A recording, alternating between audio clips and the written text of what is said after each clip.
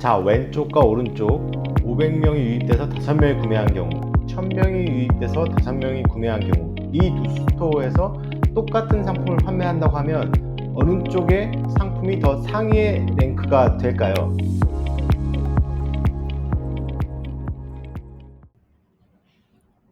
안녕하세요. 패스트셀러 제이슨입니다. 네, 오늘은 스마트 스토어 상품을 상위 노출하는 알고리즘은 어떻게 되어 있는지 네이버의 상세한 생각을 들어보는 시간 가져보도록 하겠습니다. 네, 사업자 개설하고 스마트 스토어 개설하면 수많은 이메일과 전화가 날아오잖아요. 특히 뭐 스토어 알고리즘을 만져서 상위 노출해 주겠다, 무한타를 꽂아 주겠다, 이런 제안 많이 오고, 이제 어떤 분들은 막 몇 주씩 계속 카톡 보내시기도 하시더라고요. 네, 그런데 이런 거 뭐 좀 갈팡질팡 하시잖아요. 구매 대행, 특히 이제 건강기능식품 시작하시는 초보 대표님들께서는 광고 이야기도 워낙 많이 들으셔가지고 이걸 해야 되나 말아야 되나 갈팡질팡하게 됩니다. 자, 그럼 이제 우리 초보 대표님들은 무엇을 해야 될까요? 아니, 뭐 초보가 아니더라도 광고를 검토하시는 대표님들은 무엇을 해야 될까요? 소액이라도 쓰면서 유입을 좀 해준다는 광고 업체 한번 맡겨 볼까요? 네, 그럴듯하지만 저는 그렇게 생각하지 않습니다. 가장 먼저 네이버가 스마트 스토어 상위 노출 알고리즘을 어떻게 잡고 있는지 그걸 좀 알아야지 광고를 태우든지 말든지 의사결정을 할 수 있는 거죠. 근데 우리가 그걸 알기가 쉽지 않으니까 사실은 막 머뭇머뭇하다가 일단 돈부터 쓰고 또 거기서 또 막 분쟁이 일어나고 그러기도 하는 것 같습니다. 그럼 이 네이버가 스마트 스토어 상위 노출하는 알고리즘이 어떤 건지 우리가 어떻게 알 수 있느냐? 우리 같은 사람이 알 수 있겠느냐? 사실은 네이버가 알려주고 있습니다. 이렇게 알려주고 있는데 보지 않으면 안 되겠죠. 이런 아마 미세한 것들이 사장님들의 이런 작은 비즈니스를 크게 하거나 그렇게 못하게 하거나 하는 결정적인 요인들이 될 거라고 생각을 합니다. 자, 그럼 네이버가 알려주는 스마트 스토어 상위 노출 알고리즘 한번 찾아가 보겠습니다. 여기는 이제 네이버 서치앤테크라고 네이버의 기술 공식 블로그입니다. 여기 보면 뭐 다양한 글들이 쭉 있습니다. 그 중에서 이제 6월 23일 날 보면은 쇼핑 검색 랭킹 개선, 검색 의도와 상품 특징을 더 잘 반영하는 트리 기반 모델, 이런 제목으로 이제 상위 노출하는 상품의 알고리즘을 원래 있었던 방법에서 변경한다라는 글을 상세하게 적어 놨습니다. 이제 이거 사장님들이랑 같이 한번 쭉 읽어보려고 하는데요. 네, 뭐 불필요한 내용들은 조금 지나가 볼 수 있도록 하겠습니다. 여기서부터 한번 볼까요? 네.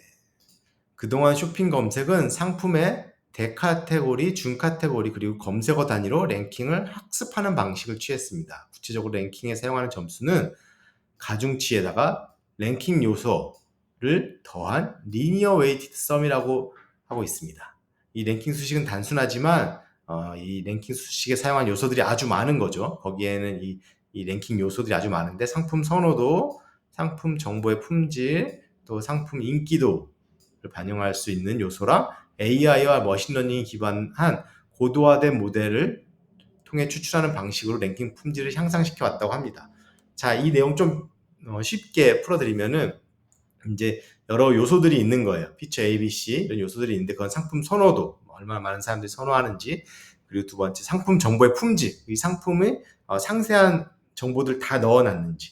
제가 다른 영상에서도 말씀드렸지만 네이버는 스마트 스토어 통해서 상품의 정보의 품질을 아주 높이려고 하고 있어요. 그래서 제품의 속성 정보들을 상세하게 받고 있죠. 그래서 특히 건강기능식품은 상세하게 속성 정보를 넣으셔야 된다고 이야기 드렸고, 그런 거 패스트셀러에서도 도와드린다고 이야기 드렸었습니다. 이런 영상 한번 보셔도 좋을 것 같고요. 그렇게 상품 정보 품질 있고, 또 상품의 인기도, 또 여긴 당연히 리뷰 수, 구매 수, 또 유입 수, 또 뭐 찜의 숫자, 이런 것들이 쭉 있겠죠. 그런 게 피처들인 거고, 거기에 이제 AI와 머신러닝을 통한 가중치들을 설정해서 상품의 최종 랭킹 점수를 정한다는 이야기입니다.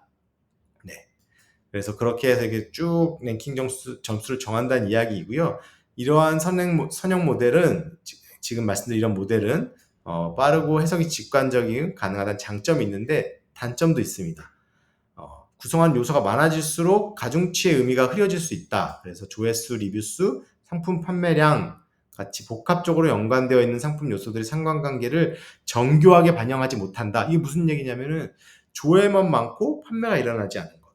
뭐 조회는 많은데 리뷰는 별로 없는 것. 이런 거를 명확하게 판단하지 못한다라는 단점이 여태까지 있었다는 거예요. 이런 경우에는 가중치에 따라서 점수가 매우 낮아도 다른 요소들이 점수가 매우 낮아도 검색 결과 상위에 노출될 가능성이 있고 검색어의 적합도나 낮은 상품이 노출되거나 검색 결과 영향에 미치는 어뷰징에 취약할 수 있다는 이야기입니다. 자, 이 얘기 간단하게 하면은 수많은 뭐 종류들이 있지만 그 중에 하나의 점수만 유독 높더라도 그거는 상위에 랭킹될 수 있고 이게 뭐 다른 업자분들이 많이 활용하시던 방법 중에 하나였던 것 같아요. 그래서 상품 상세 페이지에 많은 유입을 꽂아주면은 그 상품은 상위로 올라가게 되어 있는 거죠. 왜냐하면 구매나 다른 거에 연관 관계 없이 무조건 많이 노출되는 것만으로도 상위에 올라갈 수 있는 기회가 기존에는 있었습니다.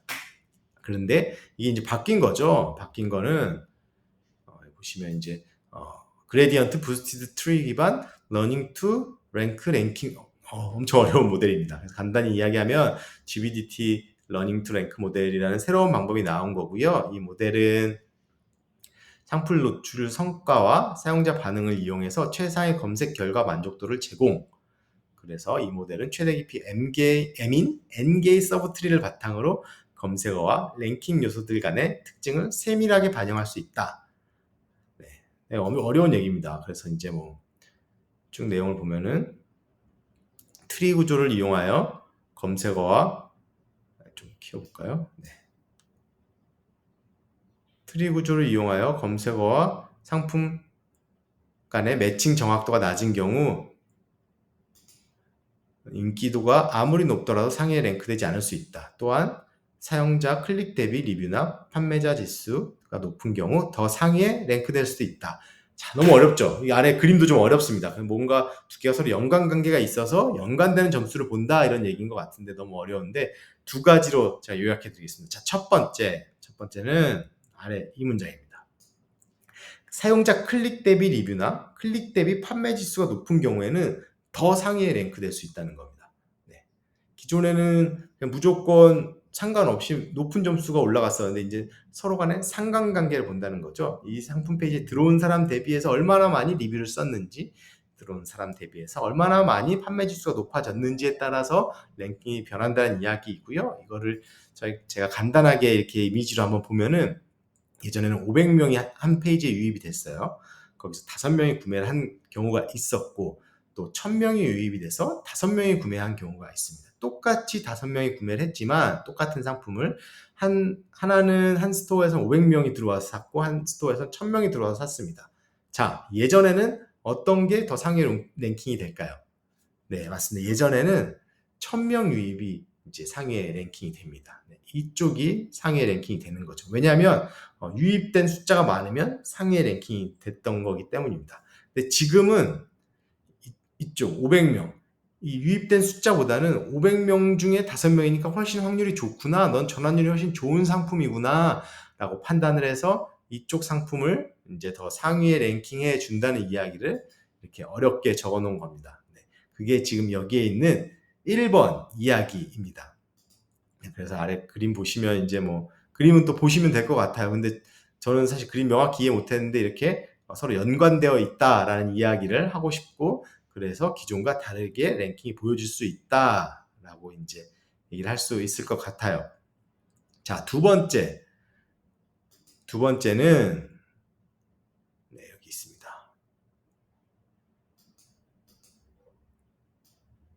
상품 간의 검색어와 상품 간의 매칭 정확도가 낮은 경우 상품 인기도가 아무리 높아도 상위에 랭크되지 않을 수 있습니다. 라는 표현이 있죠. 이건 무슨 내용이냐? 아래쪽 한번 내려가 보겠습니다. 네, 랭킹 모델 개선의 적용 사례입니다.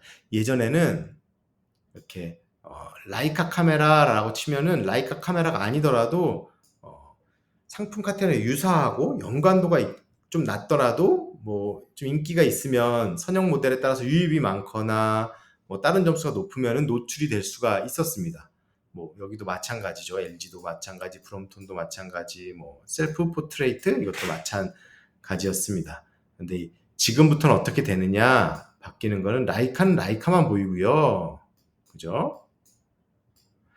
LG 65인치 TV는 LG 65인치 TV만 딱 보이게 할 거예요. 이렇게 얘기를 하고 있는 겁니다. 자, 이건 어떤 내용이냐면은 이제 뭐 유입이 많거나 많이 팔리면은 그냥 다른 거 찾을 때도 껴서 보이는 경우는 거의 없을 거예요 라고 이야기하는 거예요. 대신 그보다 더 중요한 거는 상품 정보의 품질을 훨씬 더 높이셔야 된다라고 이야기하고 있는 거죠. 그래서 상품에 있는 속성 정보들 상세하게 넣을수록 유리하고 더 잘 노출될 수 있다라고 말씀을 드리고 있는 거고요. 이거는 특히 건강기능식품 같은 경우는 더욱더 중요할 것 같아요. 많이 놓치고 계시는데 상품의 속성 정보도 꼬박꼬박 다 넣으시는 게 더 노출에 분명히 도움이 됩니다. 이 건강기능식품 상품 속성 정보 넣는 거 너무 힘드시면 제 패스트셀러에서 도와드리고 있으니까 저희 뭐 한번 찾아와 보셔도 좋을 것 같고요. 네, 이렇게 이미 이제 상품 상위에 랭크되는 알고리즘에 대해서 이렇게 네이버가 상세하게 안내를 하고 있습니다. 자, 이제 이 정보를 아셨으니까 이제 대표님들께서는 이 정보를 가지고 광고를 할지 말지 뭐 이런 결정하시면 좋을 것 같은데 제가 제안드리는 방법은 사실은 두 가지가 있습니다. 첫 번째는 이렇게 외부 유입을 무리하게 시키는 광고들은 이제는 크게 의미가 없어졌다라고 저는 판단이 들어요. 그래서 네이버의 검색 광고, 이런 네이버가 제공하는 실제 매출과 이어질 수 있는 광고들을 하시는 게 의미가 있을 것 같고요. 그 전에 뭐 건기식 같은 경우에 당연히 기획 상품이나 좀 이렇게 상품들 좀 만드셔야 될 것 같고, 리뷰나 뭐 이런 좀 판매들이 좀 일어나는 상품들 대상으로 해야 될 것 같아요. 네, 두 번째는 건강기능식품 해외 구매 대행 같은 경우에는 제품 속성들 아주 상세하게 넣으셔야 됩니다. 가능한 한 많이 넣으실수록 좋고요. 그런 정보 다 넣기 힘드실 때 저희가 쫙 준비되어 있으니까 저희 다른 영상 보시고 또 한번 문의 주셔도 좋을 것 같아요. 네, 이렇게 오늘은 쇼핑 검색 랭킹 관련돼서 한번 알아봤고요. 궁금하신 사항 댓글 주시고 또 단톡방 오셔서 편하게 질문 주시면 좋을 것 같습니다. 감사합니다.